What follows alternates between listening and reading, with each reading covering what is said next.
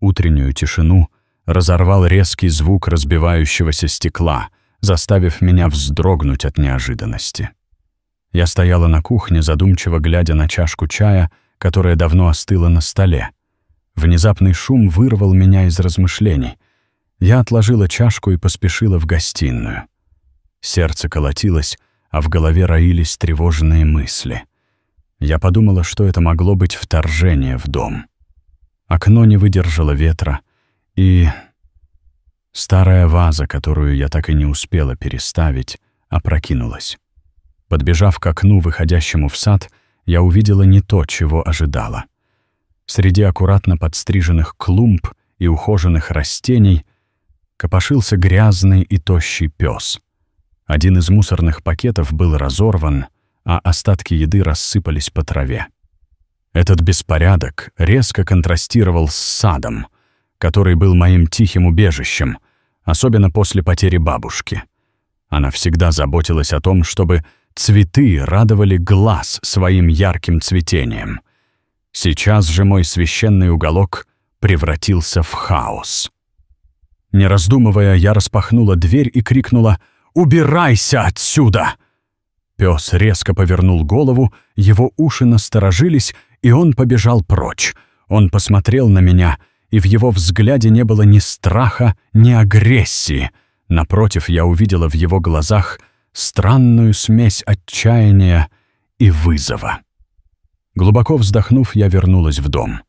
Открыв шкаф, где хранились старые одеяла, я вытащила одно из них.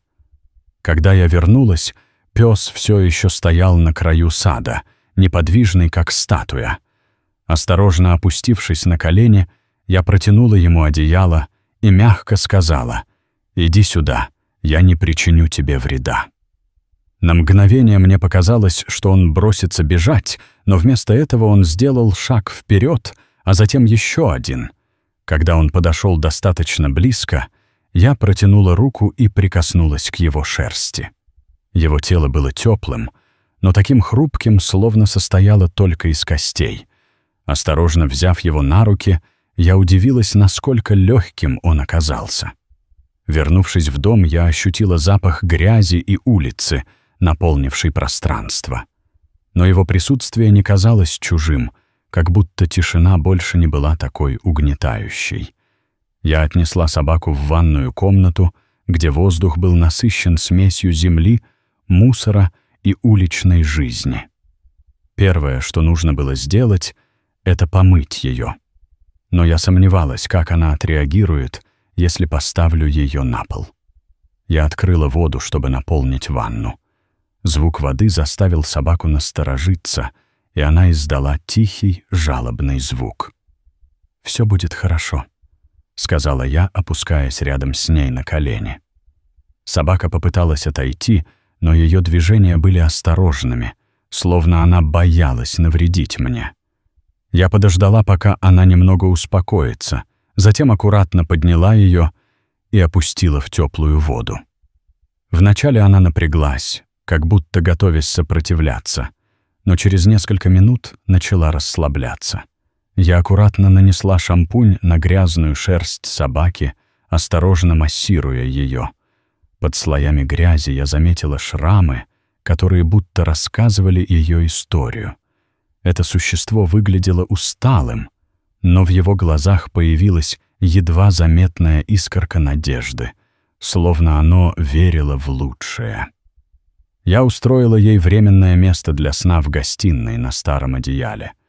Пока она устраивалась, я пошла на кухню и открыла банку тунца. Это было все, что мне удалось найти. Она ела медленно, будто старалась растянуть этот момент и удивить меня.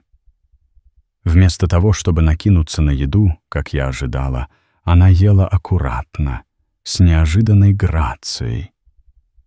Когда она закончила, я убрала пустую банку и вернулась в гостиную.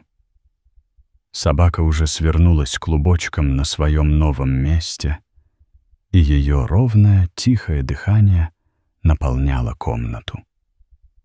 Впервые за долгое время я почувствовала, что в доме стало по-настоящему уютно. утром меня разбудил тихий, едва слышный лай.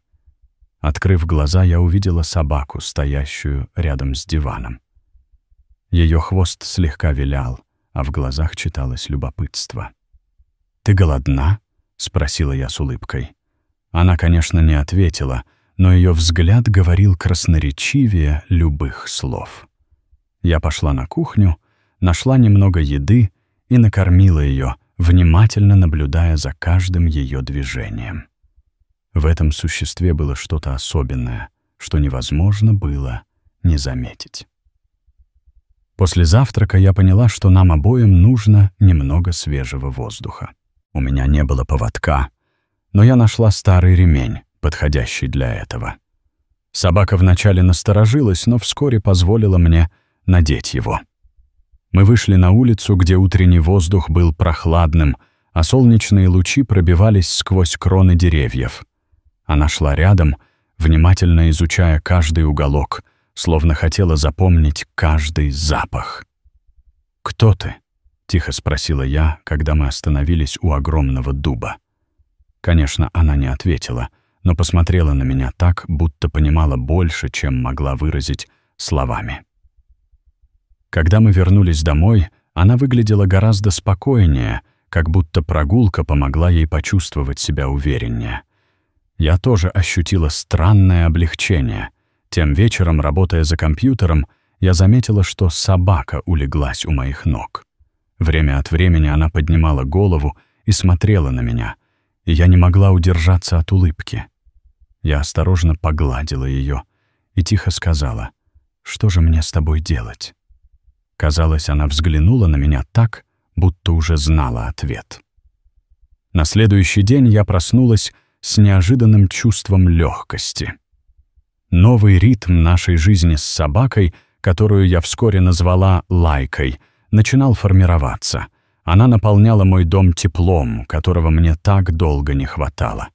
После завтрака я решила, что пора узнать о ней больше. Прошлый случай в парке не выходил у меня из головы. Поведение Лайки и ее реакция на незнакомого человека, о котором я еще не знала, стали поводом задуматься. Мы вновь отправились на прогулку, но на этот раз я решила быть более внимательной к ее поведению. Лайка вела себя спокойно, но каждый раз, когда мы приближались к незнакомым людям, ее взгляд становился напряженным. В какой-то момент она вдруг остановилась перед одним из домов. Ее уши поднялись, мышцы напряглись, и она тихо зарычала, глядя на окна. «Спокойно», — сказала я, нежно поглаживая ее по голове. Лайка не отводила взгляда от дома, пока я осторожно не потянула ее за поводок. Когда мы вернулись домой, я поняла, что больше не могу игнорировать подобные моменты. Ее поведение ясно говорило о том, что она пережила нечто, что по-прежнему оставалось частью ее жизни. Тем вечером я села за компьютер, чтобы узнать больше о ее прошлом. Я узнала о том, как травмы могут влиять на поведение собак. Оказалось, что животные, пережившие сложные жизненные обстоятельства, могут проявлять неожиданные реакции в схожих ситуациях. Это был мой первый шаг к пониманию, но я знала, что этого недостаточно. На следующий день я решила отвезти Лайку к ветеринару, чтобы проверить, все ли в порядке с ее здоровьем и, возможно, получить советы, как справиться с ее травмами. В клинике Лайка слегка нервничала, но в целом вела себя спокойно. Ветеринар подтвердил, что физически она абсолютно здорова. Однако, выслушав мои рассказы о ее странном поведении, он посоветовал мне обратиться в приют, где могли знать ее историю. Я сразу вспомнила о том, как ее нашли рядом с заброшенным домом за городом. Ветеринар сказала, что, похоже, она долгое время провела там. Мы не знаем, что с ней случилось, но этот дом явно имел для нее особое значение.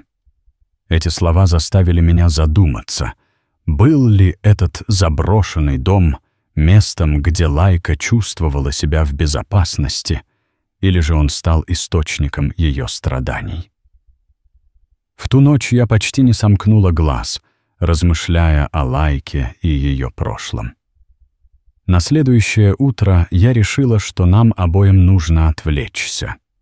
Я вспомнила о старом семейном доме за городом, который давно стоял пустым.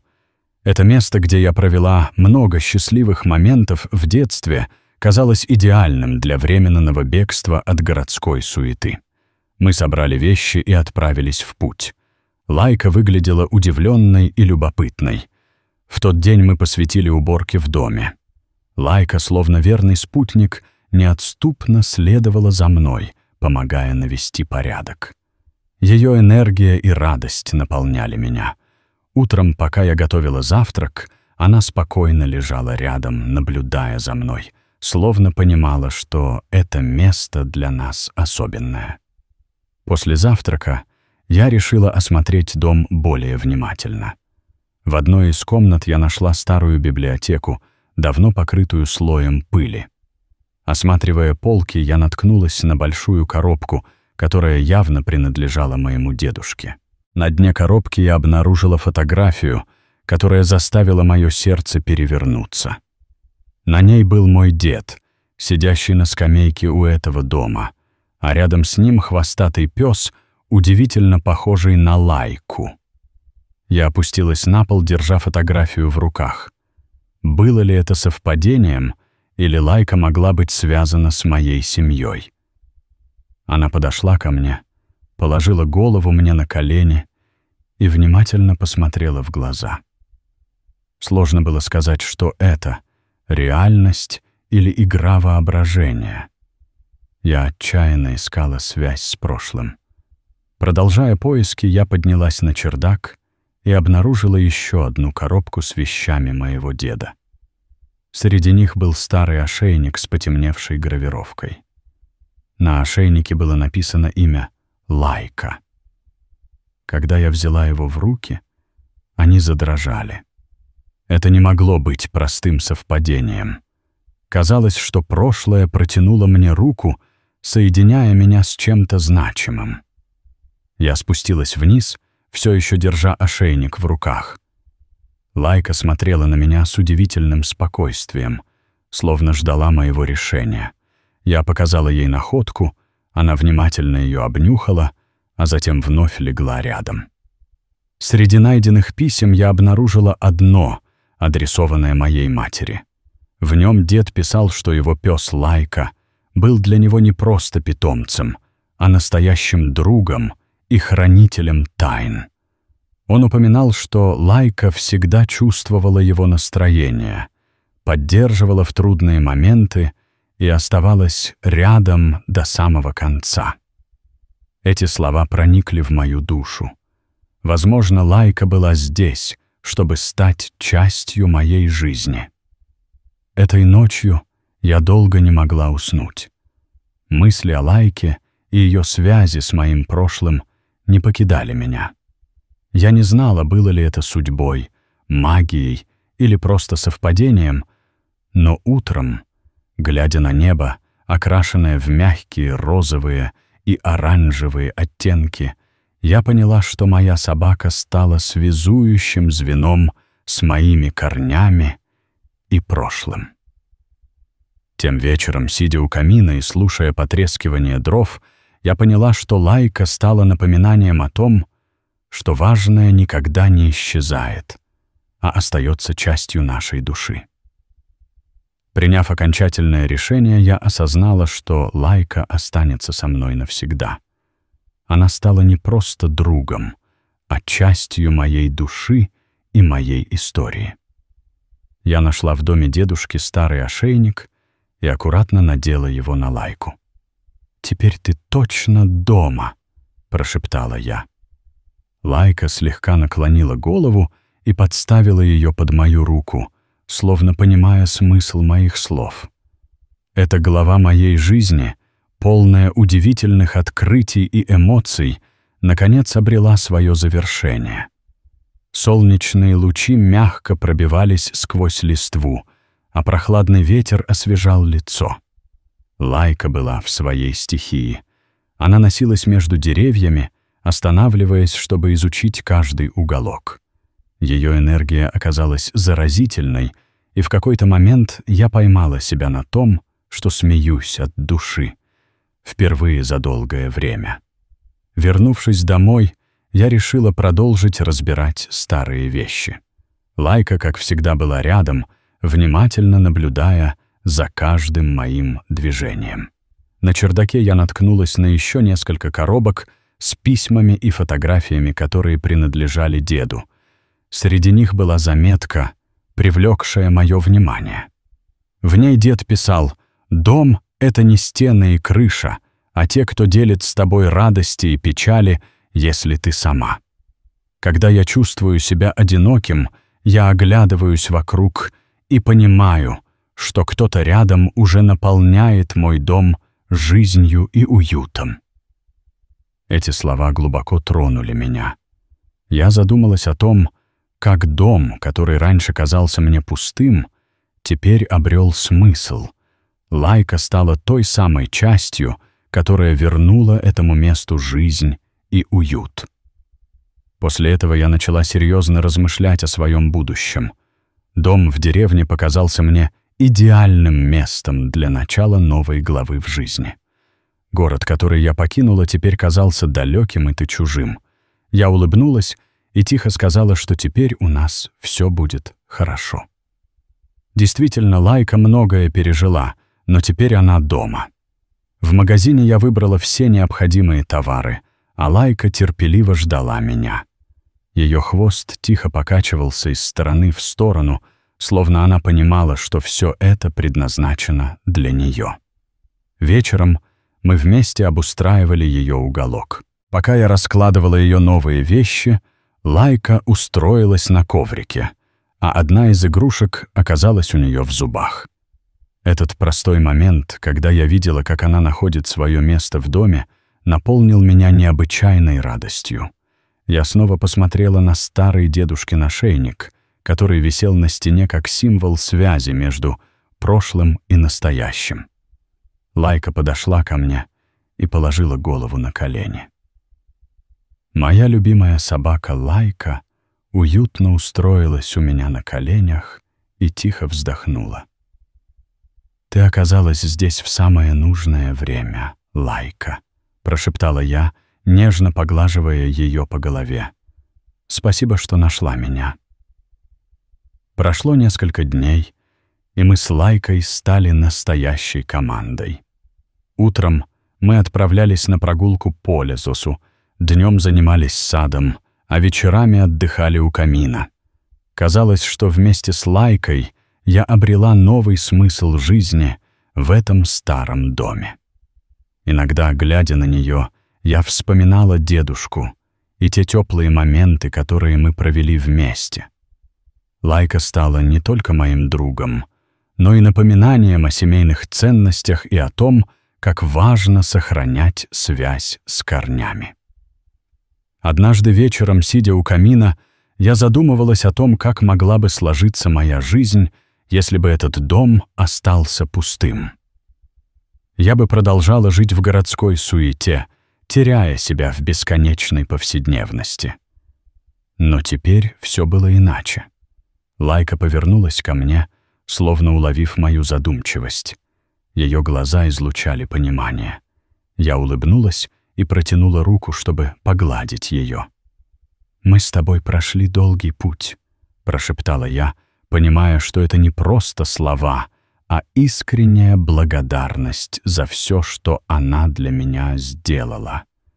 Я уверена, впереди нас ждет много счастливых дней. В этот момент я поняла, что Лайка появилась в моей жизни не случайно. Она пришла, чтобы напомнить мне о любви, надежде и о том, что даже в самые трудные времена всегда есть возможность начать все сначала. Если вам понравилась эта история, поделитесь ею с теми, кто тоже ценит и любит жизнь. Прошло несколько месяцев, и наша жизнь с Лайкой наполнилась новыми красками и радостью. Каждый день приносил с собой неожиданные открытия и мгновения счастья. Мы продолжали ухаживать за нашим садом, который с каждым днем становился все более красивым и ухоженным. Лайка всегда была рядом, помогая мне своими маленькими лапками и виляя хвостом от радости. Однажды утром, когда мы гуляли по лесу, Лайка внезапно остановилась и начала рыть землю под старым дубом. Я подошла ближе и увидела, что она нашла что-то интересное. Это оказалась старая жестяная коробка, покрытая слоем земли и листьев. С любопытством я открыла ее и обнаружила внутри старые фотографии и письма.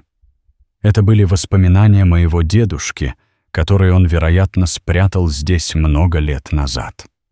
Среди фотографий были снимки нашего дома, сада и даже Лайки, когда она была еще щенком. Письма были полны теплых слов и воспоминаний о том времени, когда дедушка был молод и полон сил.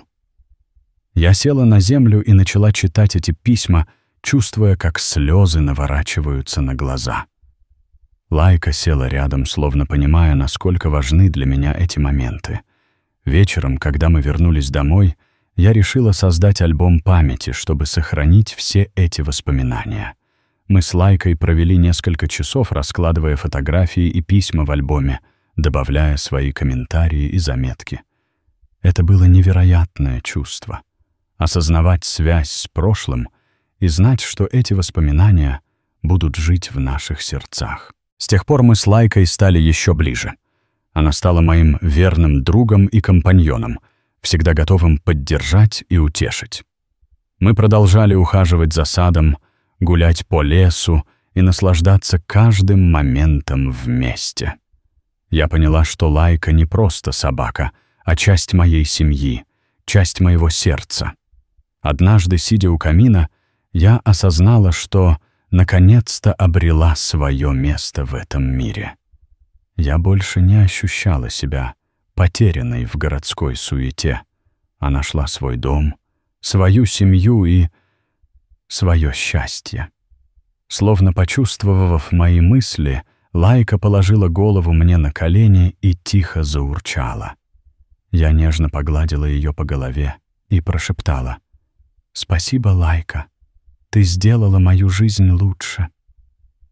Прошло еще несколько месяцев, и наш сад превратился в настоящий рай. Цветы цвели, деревья плодоносили, а птицы распевали свои песни. Мы с Лайкой проводили много времени на свежем воздухе, наслаждаясь природой и обществом друг друга. Я начала писать книгу о наших приключениях, о том, как Лайка изменила мою жизнь и помогла мне найти свое место в этом мире. Однажды, когда я сидела за столом, работая над книгой, Лайка вдруг начала лаять и скакать по дому. Я пошла посмотреть, что ее так взволновало, и обнаружила, что к нам приехали гости. Это были мои старые друзья, которые решили навестить меня и узнать, как я живу. Я была счастлива их видеть и радушно пригласила в дом. Мы провели целый день, гуляя по саду, рассказывая истории и смеясь. Лайка была в центре внимания, и все восхищались ее красотой и умом. Вечером мы сидели у камина, пили чай и делились воспоминаниями. В этот момент я осознала, что нашла не только свое место в этом мире, но и свою семью, своих друзей и свое счастье. С тех пор прошло много времени, и наша жизнь с Лайкой стала еще более насыщенной и радостной. Мы продолжали ухаживать за садом, гулять по лесу и наслаждаться каждым моментом вместе.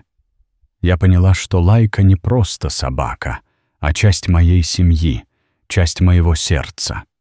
Она научила меня ценить каждый миг, находить радость в мелочах и верить в лучшее. Если вы хотите видеть больше интересных материалов, подпишитесь на наш канал и включите уведомления. Так вы всегда будете в курсе всего нового. Ваша поддержка очень важна для нас. Спасибо за внимание. До новых встреч!